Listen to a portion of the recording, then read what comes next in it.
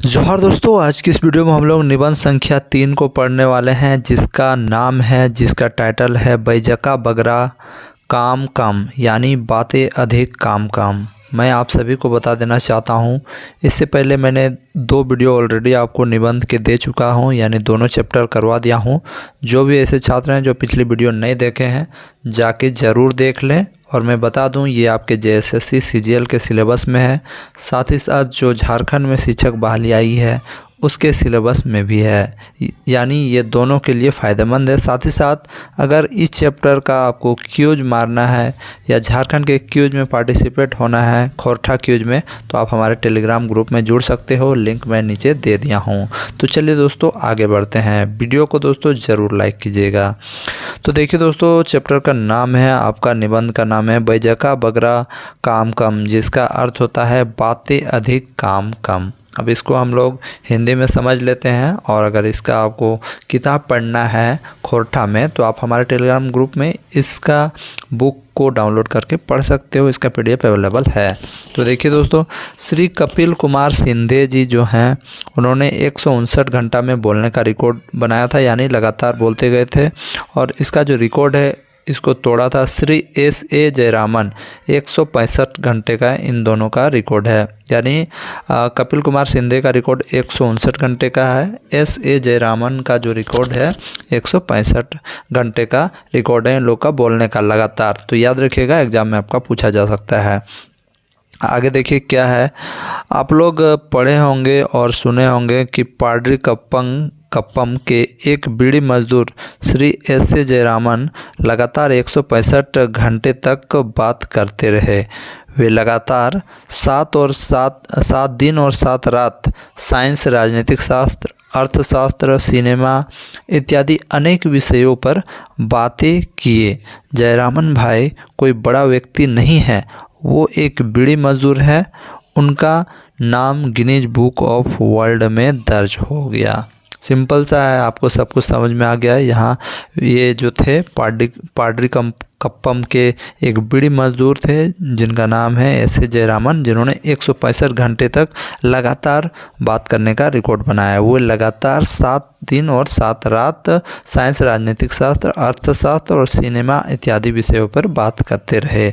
और जयरामन भाई कोई बड़ा व्यक्ति नहीं है, ये एक बीड़ी मजदूर हैं, और जिनका नाम गिनीज बुक ऑफ वर्ल्ड में दर्ज हो गया। तो आपको पूछा जा सकता है कि इनका नाम गिनीज बुक ऑफ वर्ल्ड में दर्ज हो गया, और वो कितने घंटे लगातार बात करते रहे, जो कि मैंने आपको ऑलरेडी बता दिया है। आगे देखिए, मैं समझता हूँ कि इसमें ढंग होने की कोई बात नहीं है। ज़्यादा बात करना हमारी संस्कृति है। लोग कोई काम करे या ना करें, बातें खूब करते हैं। मतलब आप देखते ही होंगे दोस्तों, बातें करने में कोई ढंग का कोई ज़रूरत नहीं होता है। किसी भी तरह से बात करो, लगातार बात करते रहो, कोई दिक्कत नहीं है। तो वहीं यहाँ पर कवि कहना चाहता है कि ज़्यादा बात करना हमारी संस्कृति है। लोग कोई काम करे या ना करें, बातें खूब करते हैं। ठीक है, हमारे देश में नेता, अभिनेता, धार्मिक गुरु, खिलाड़ी, मजदूर, मतलब कि बात करने में कोई कमी नहीं है।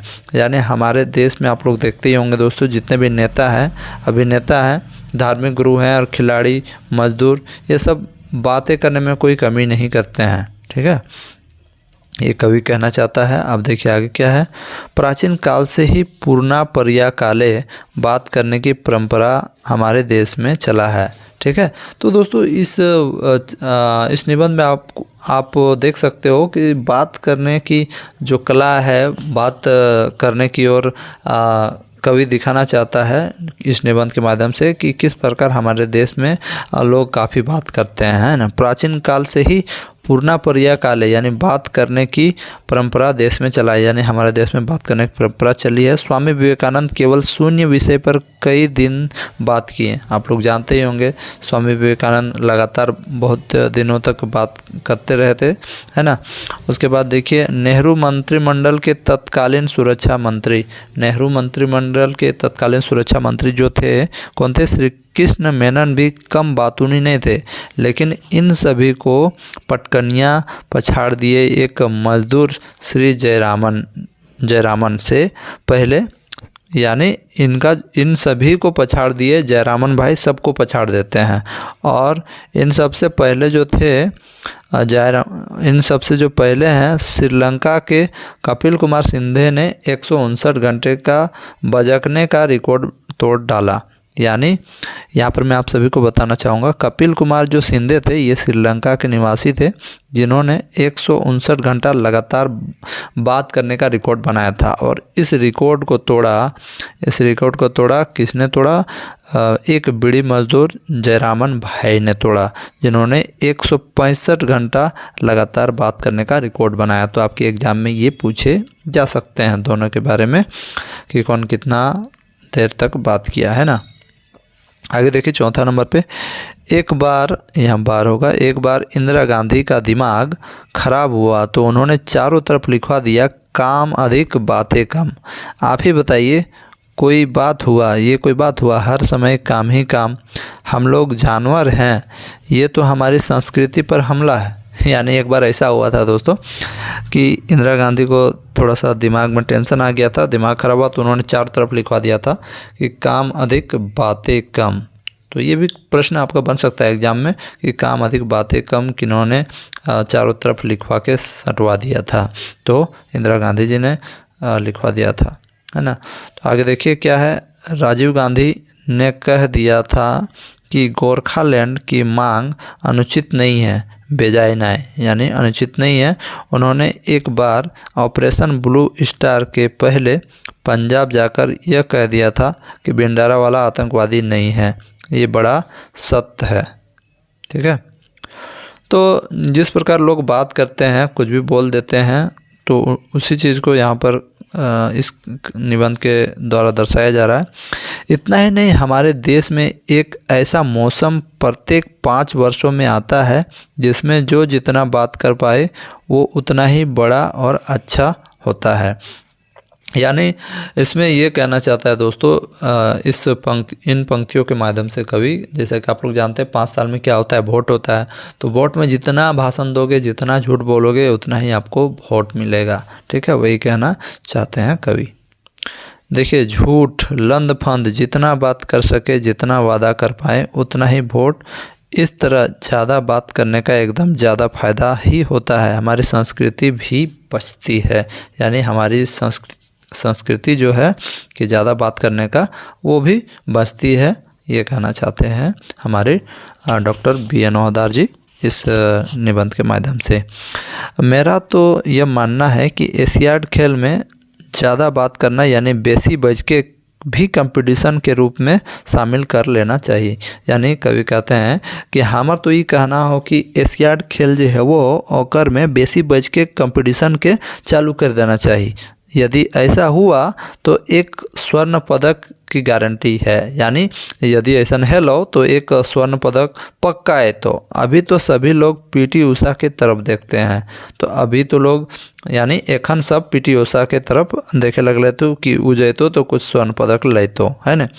तो देखिए आपके एग्जाम में ये भी पूछे जा सकते हैं कि PT उषा ने कितने स्वर्ण पदक भारत के लिए जीते हैं? तो उन्होंने 4 स्वर्ण पदक जीते हैं। यानी PT उषा कितना स्वर्ण पदक भारत के खातिर या भारत के लिए जीतले हो तो बतावा? तो ओकर आंसर है तो 4 स्वर्ण पदक, है ना, 4 स्वर्ण पदक। अब देखा आगे दोस्तों, वीडियो को लाइक ज़रूर कीजिए और कमेंट भी कर दीजिए, कुछ प्रॉब्लम है तो। भारत के लोग कहते हैं कि धन्य है बाप की बेटी PT उषा जो भारत के लाज बचा ली।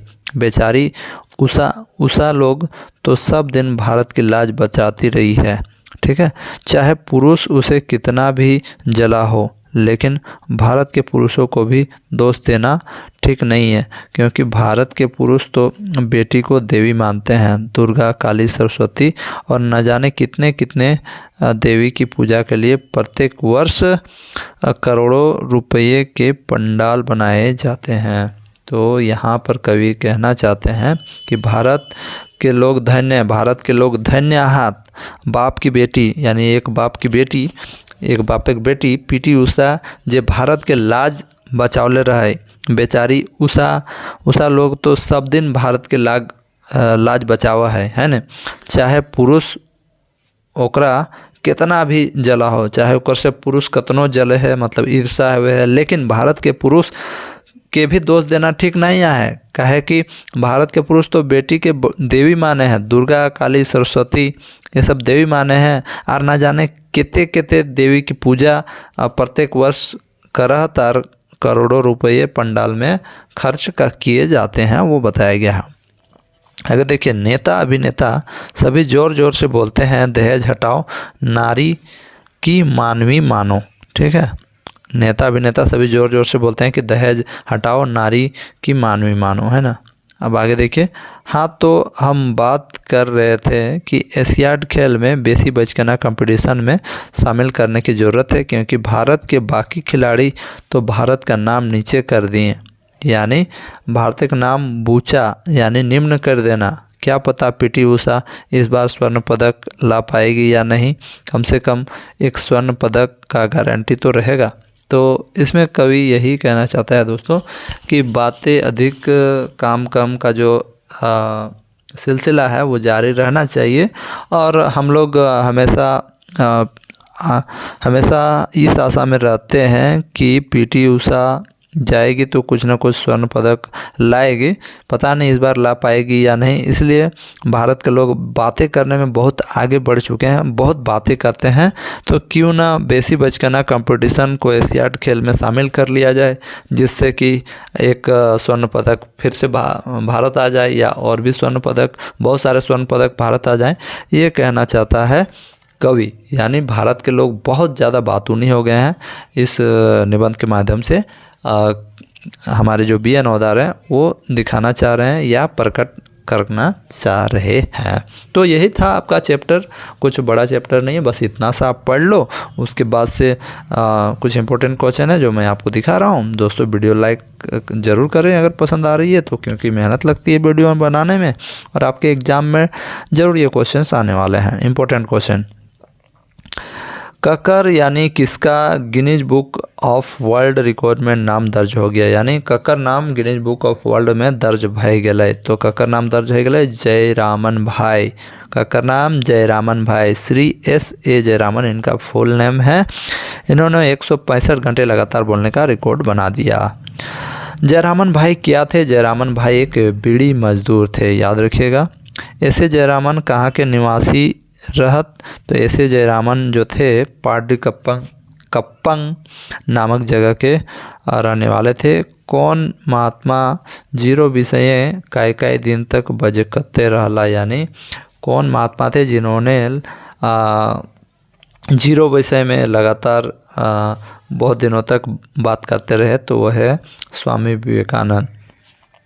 आगे देखिए, नेहरू मंत्रिमंडल घरिक सुरक्षा मंत्री कौन रहे या डैश डैश डैश रहे? तो श्री कृष्ण मेनन जो थे नेहरू मंत्रिमंडल में सुरक्षा मंत्री थे। आगे देखिए, जयरामन भाई कौन देश के निवासी रहे?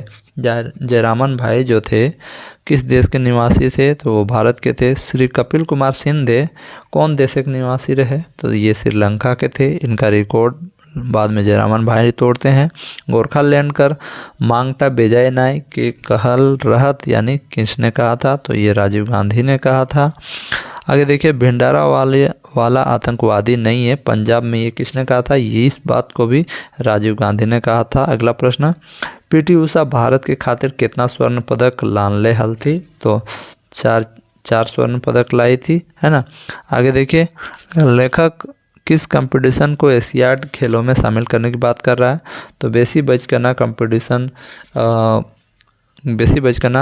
कंपटीशन को शामिल करने की बात कर रहा है। ठीक है, क्योंकि अब लेखक को लग रहा है, बी.एन. ओदार जी को लग रहा है कि अब हम लोग पीटी उषा के भरोसे हमेशा रहते हैं, पता नहीं इस बार वो पदक ला पाएगी या नहीं, इसलिए एशियाड खेलों में बेसी बचकाना कंपटीशन को रख देना चाहिए। इससे स्वर्ण पदक आने की संभावना बढ़ जाएगी और भी स्वर्ण पदक आएंगे।